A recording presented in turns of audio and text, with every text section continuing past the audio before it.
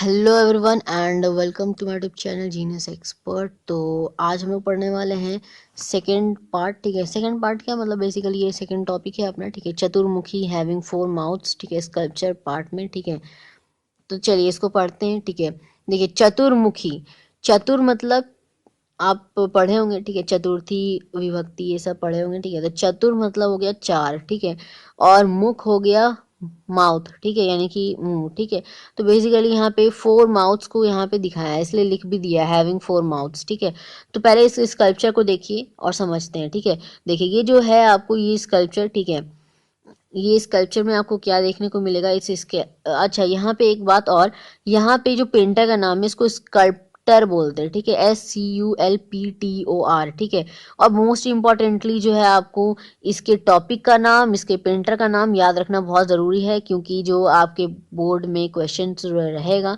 ठीक है, उसमें सिर्फ और सिर्फ या तो आपको पेंटर का नाम दे देगा, अदरवाइज उसके जो डिस्क्रिप्शन के बीच बीच का जो मेन मेन कैरेक्टरिस्टिक है वो पार्ट दे देगा और आपको खुद से समझ के उसको लिखना पड़ जाएगा। ठीक है, तो अगर आप ये नहीं समझ पाते हैं, अगर आप पढ़ेंगे नहीं ध्यान से, ठीक है, तो आप कोई और मतलब समझ के जो है लिख देंगे और वो पूरा आपका क्रॉस हो जाएगा, यानी कि कट जाएगा।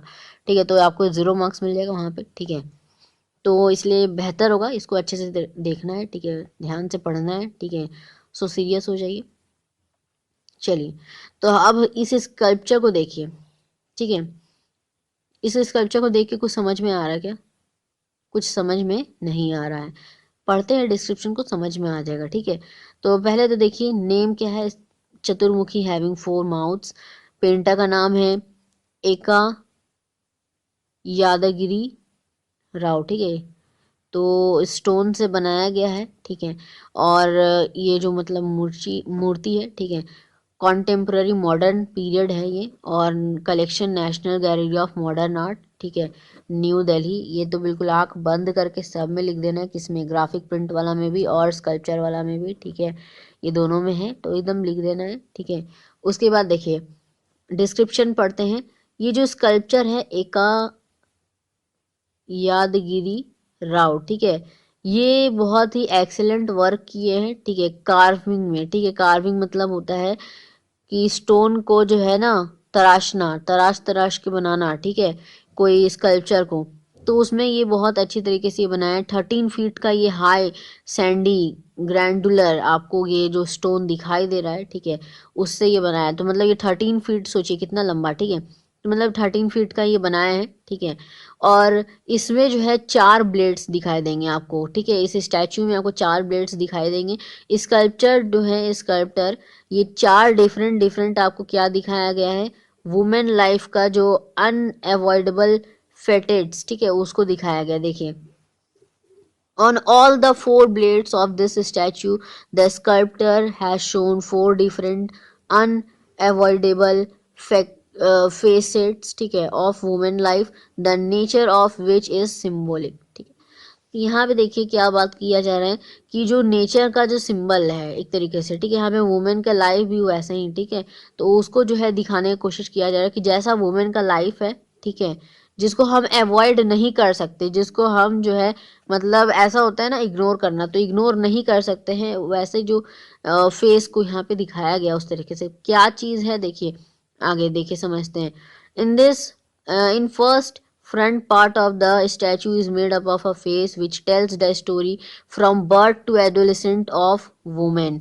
ठीक है, तो देखिए पहला जो पार्ट आपको देखने को मिलेगा इस स्टैचू में, ठीक है, उसमें आपको देखने को मिलेगा इनका जो फेस है वो दिखाता है। ठीक है, मतलब ये जो आगे का ये एक तरीके से फेस दिखाया गया। ठीक है, चार मुख है ना, तो चार माउथ बना हुआ है। ठीक है, और इसमें दिखाने की कोशिश किया जा रहा है पहला फर्स्ट पार्ट में कि इनका जो फेस में दिखाया जा रहा है कि जो स्टोरी है कि जब वो जन्म लेती हैं वुमेन, ठीक है, और एडोलिसेंट तक उसके पीरियड को, ठीक है, उस टाइम तक का ये पीरियड को इसको दिखाया गया है। ठीक है, वहाँ पे कार्विंग किया हुआ है, पत्थर पे तराशा हुआ है। ठीक है, whereas the second facet shows her virgin form in which in it has been shown a body shape, ठीक है।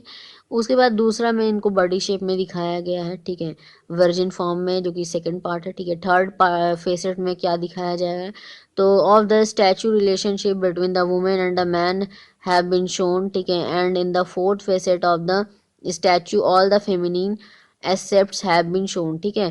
तो देखिए यहाँ पे ना थर्ड में देखिए, फर्स्ट में तो दिखाया गया बर्थ टू एडोलेसेंट पीरियड, ठीक ठीक है, तब तक के लिए जो वुमेन का जो है, ठीक है, उसको बनाया गया है, स्टोन के ऊपर कार्विंग किया हुआ, ठीक है।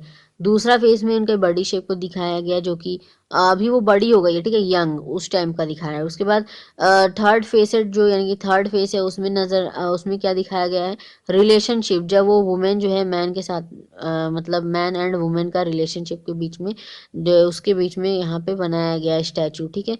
स्टैचू का जो थर्ड फेस बनाया गया है। फोर्थ फेस में बताया गया है कि जितने भी फेमिनिन, जितने भी एसेप्ट्स, ठीक है, जो है मतलब एक महिला के, ठीक है, वो उसको दिखाया गया है यहाँ पर, ठीक है। तो यहाँ पे देखिए आर्टिस्ट के बारे में थोड़ा बहुत पढ़ दिया हुआ है, यहाँ पे पढ़ लेते हैं, ठीक है। और उसके बाद तो फिर तो ये खत्म हो ही गया अपना, ठीक है। तो एका यादगिरी राव हैज, जो है वो उनका जन्म हुआ था हैदराबाद में, आंध्र प्रदेश में, ठीक है, 1938 एडी में। और राइट नाउ वो मतलब क्या किए, वहाँ से वो एजुकेशन कंप्लीट किए कॉलेज ऑफ फाइन आर्ट्स से, ठीक है। और चतुर्मुखी जो है उनका एक आउटस्टैंडिंग वर्क ऑफ आर्ट में से एक है, ठीक है। मतलब वही जो है सबसे ज़्यादा मतलब प्रोमिनेंटली जो है समझने वाला जो एक आर्ट है, ठीक है, यही जो है वो बनाए हैं एक ऐसा आर्ट, ठीक है। तो बाद में बनाए होंगे और भी, लेकिन इसमें एक दे रखा है यहाँ पर, ठीक है।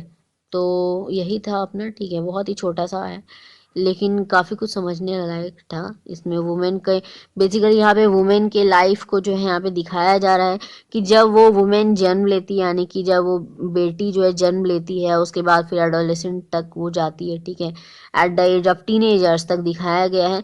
उसके बाद जब टीनेजर से थोड़ी बड़ी होती है, ठीक है, उस टाइम के पीरियड को दिखाया गया है सेकेंड फेज में, ठीक है। थर्ड फेज में दिखाया गया जब वो रिलेशनशिप, ठीक है, रिलेशनशिप जब वो मैन एंड वुमेन के साथ दोनों का रिलेशनशिप को दिखाया गया है। और फोर्थ फेज में दिखाया गया जब वो बूढ़ी हो जाएगी, ठीक है। तो जो बाकी के जो वो रिलेशनशिप दिखाया गया कि पहले वो बेटी की तरह एक मतलब दिखाया गया पहले फेज में। दूसरे फेज में उनको दिखाया गया है, ठीक है, जब वो थोड़ी बड़ी होती है, ठीक है, तो उसको दिखाया गया। थर्ड फेज में जब वो किसी मैन के साथ, ठीक है, मैन एंड वुमेन का जब वो रिलेशन को दिखाया गया है, ठीक है, कितनी किसी की पत्नी हो जाती हैं वो, ठीक है। और फिर जो फोर्थ में जब वो मतलब बूढ़ी हो जाएगी तो मतलब दादी किसी की नानी लगेंगी, ठीक है। तो उस तरीके से उनके सारे ये चार फेज जो है अलग अलग जो है मतलब एक ही लेडी यानी कि एक बच्ची जो है उसके बाद अलग अलग जो है मतलब रिलेशंस में आ जाती है, अलग अलग रिलेशंस को फॉलो करती है ऐसे, ठीक है। तो वो चीज़ को यहाँ पे बताने की कोशिश किया गया है, ठीक है, कि कभी वो माँ बन जाती है, कभी वो बेटी किसी के लिए बेटी होती है, कभी किसी के लिए फिर माँ बन जाती है, किसी की पत्नी हो जाती है, ठीक है। एंड फिर इसी तरह जो है चार फेसेस को दिखाया गया है, ठीक है। तो आई होप कि आपको समझ में आ गया होगा, ठीक है। तो मिलते हैं, ठीक है, इसके बाद नए टॉपिक के साथ, ठीक है। तो आई होप कि आपको समझ में आ गया, ठीक है। तो समझ में आ गया तो लाइक एंड सब्सक्राइब तो ज़रूर करना बनता है, ठीक है। तो सब्सक्राइब करने से होगा क्या आपको कि आगे की जो नेक्स्ट वीडियोस हैं जो नई आने वाली हैं, ठीक है, वो आप सबसे पहले देख पाएंगे, तो ठीक है। तो सबसे पहले रेड आई जो है आपको सब्सक्राइब बटन उस पर क्लिक कीजिए, साथ ही साथ बगल में जो बेल आइकन दे रखा है उसको नोटिफिकेशन है वो, ठीक है, तो उसको क्लिक कर दीजिएगा। तो उससे क्या होगा, आपको टाइम टू टाइम जो नई नई वीडियोस आने वाली है उसकी नोटिफिकेशन आपको मिलती रहेगी, ठीक है, और आप उसको पहले देख पाएंगे, ठीक है। और हाँ, ये बहुत ही फ्री ऑफ कॉस्ट है, ठीक है, सो इसके लिए कोई पैसा लगता नहीं है, सो फ़ायदा उठाइए इसका, ठीक है। तो मिलते हैं नेक्स्ट वीडियो में, ठीक है। संथाल फैमिली हम लोग इसके बाद पढ़ेंगे, जो कि अपना थर्ड टॉपिक होगा, ठीक है। तो मिलते हैं नेक्स्ट वीडियो में, ठीक है। तब तक के लिए take care, thank you so much.